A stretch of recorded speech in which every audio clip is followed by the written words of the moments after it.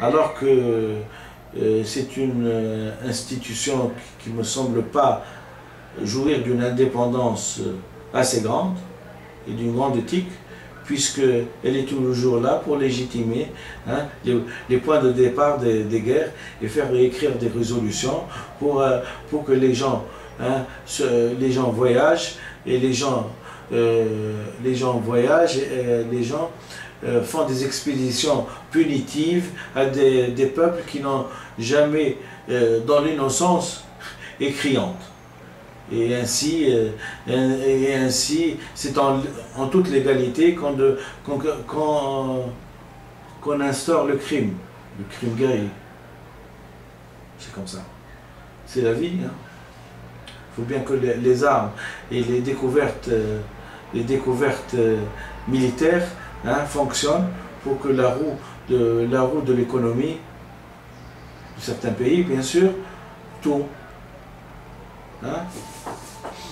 Le troisième projet concerne ma profession. Donc je suis toujours dans le sens où j'essaie je ne refoule rien.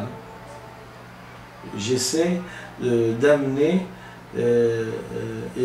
c'est toujours le troisième projet, je discute toujours avec le comité du prix Nobel de la paix.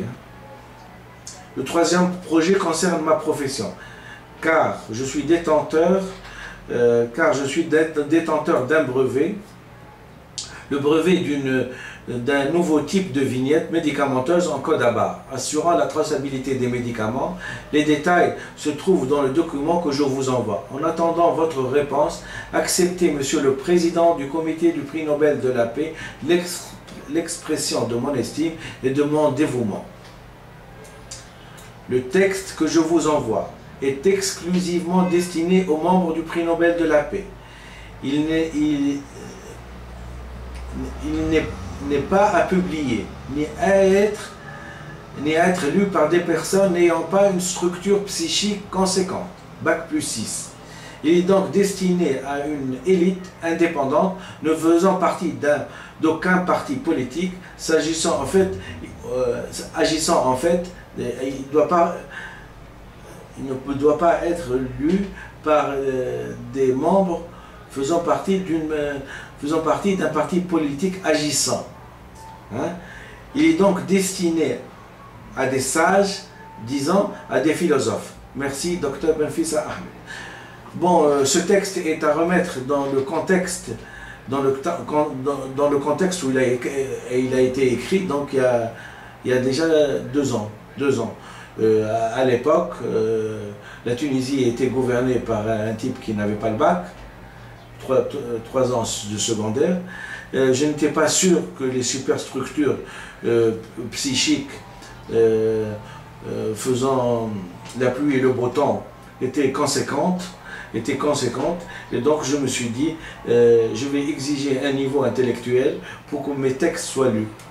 Et j'ai exigé un niveau intellectuel, bac plus 6. Je vous répéterai toujours que le monde ne peut être gouverné que par des gens qui ont des dents. C'est tout ce qui est dents se reporter au début de ce document. Je vous remercie infiniment et j'espère que ce texte vous a plu, ce document vous a plu. C'est un document historique. Et bon, bien sûr, vous savez que le comité du prix Nobel de la paix a choisi le dissident chinois qui était en prison. Donc, c'est un petit peu... Il a évité des dépenses en période de vache maigre. Et non, je peux accepter